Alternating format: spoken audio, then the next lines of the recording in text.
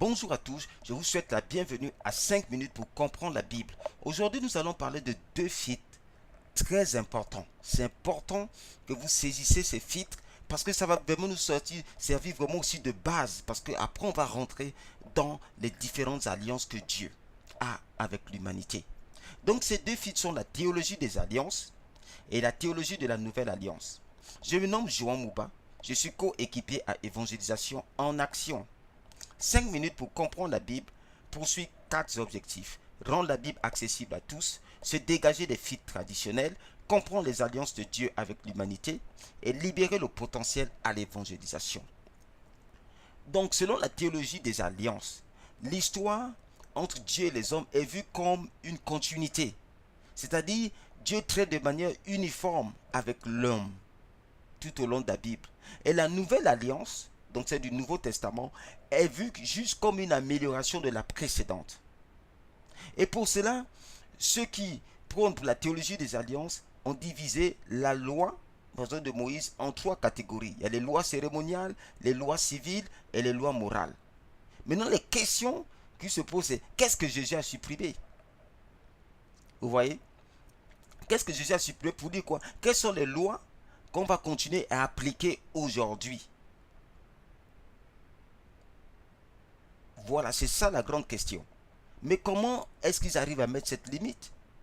Et de vue antagoniste, c'est quoi? C'est que nous voyons bien dans Hébreux 8, 7 à 10 que la nouvelle alliance n'est pas comme l'ancienne. Dieu dit, elle ne sera pas comme l'ancienne. Du tout. Elle sera complètement différente. Donc, il faut faire attention à ce filtre, cette manière de voir la parole de Dieu. Et ensuite, on a la théologie de la nouvelle alliance. Dans le cadre de la nouvelle alliance est clairement différente de l'ancienne. Elle est vue comme ça. C'est clair, elle est différente de l'ancienne, comme le dit la parole de Dieu. Mais toutefois, la nouvelle alliance est toujours vue comme une alliance de loi. Dans l'Ancien Testament, on a 613 lois. Dans le Nouveau Testament, on se trouve avec 1050 lois. Donc, des personnes ont scruté pour ressortir les 1050 lois. Donc, le chrétien, pour eux, le chrétien a une capacité aujourd'hui par le Saint-Esprit d'accomplir toutes les lois additionnelles. Mais comme on a déjà vu, comme on le verra avec la nouvelle alliance, c'est que dans la nouvelle alliance, Jésus a donné un commandement. Jean 15, 12. Aimer notre prochain comme Jésus nous a aimés.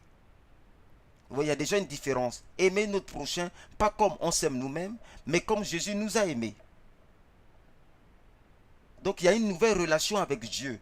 Il y a des nouvelles réalités spirituelles. Donc il faut faire attention à ces deux vues, donc cette théologie par rapport aux alliances entre Dieu et les hommes. Donc voilà, aujourd'hui on a vu que qu'il y a deux filtres qu'il faut vraiment considérer et faire attention. C'est de considérer que Dieu traite de la même manière tout au long de la Bible, de manière uniforme.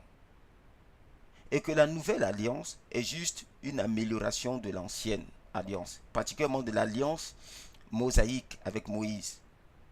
Et même si on considère que la nouvelle alliance est nouvelle, n'est pas voir la nouvelle alliance comme une alliance de lois, de plusieurs lois. Ce n'est pas la vision qu'il faudra avoir. En tout cas, Dieu vous bénisse.